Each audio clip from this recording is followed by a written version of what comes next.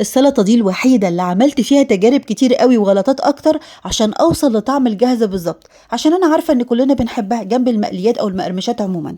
تعالي أقولك إزاي تتفادي الأخطاء وأنتي بتعملي الكولسلو في البيت وتطلعيها أحلى من أي مطعم ممكن تكوني كلتيه فيه. صلوا على الرسول. في الأول ده كرنب سلطة عشان تكوني عارفة شكله، ما شاء الله الكرنباية دي كانت كبيرة، ممكن أنتي تجيبي الصغيرة أو الوسط.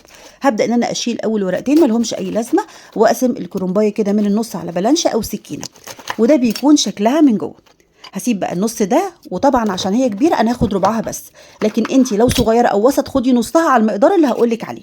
العروق اللي بتكون من جوه دي لازم اتخلص منها على خفيف كده بالسكينه، ما يفضلش ابدا تكون موجوده جوه السلطه.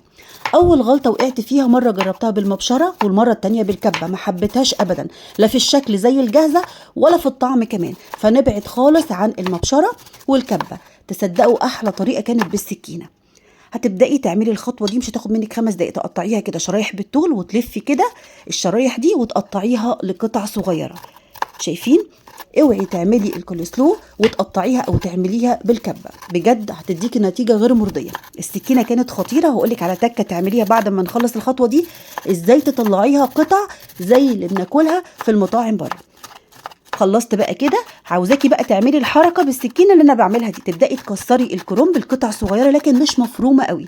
الجزر على فكره ممكن ابشره وممكن اقطعه بالسكينه، لكن الكرنب بالسكينه فقط لا غير.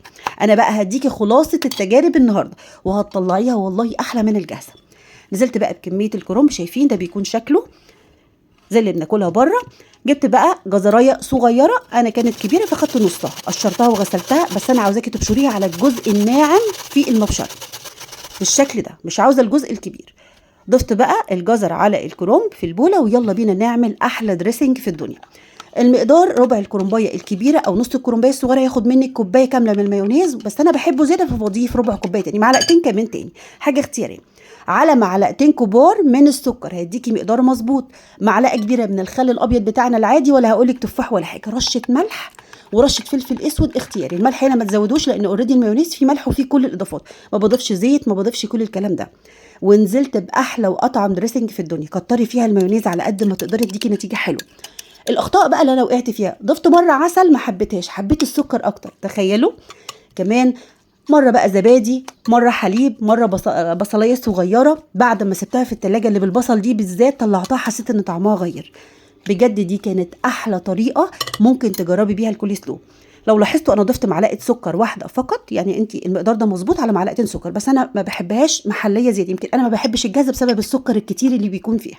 فالسكر هنا في كلام، ممكن تقللي او تزودي براحتك، بس المقدار المظبوط معلقتين كبار من السكر. سقعيها بقى في التلاجة 3 4 ساعات، وممكن تسيبيها ليله كامله تكون احلى واحلى. بعد ما سقعتها طلعتها، غرفتها في البولات. طبعا بقى بتقدميها جنب الفراخ المقرمشه، جنب الستريبس. انا كنت عامله الفراخ المقرمشه دي الحلقه اللي فاتت، يا ريت تشوفوها تعجبكم قوي. وادي بقى السلطه كريميه وخطيره، جربوها ان شاء الله هتعجبكم.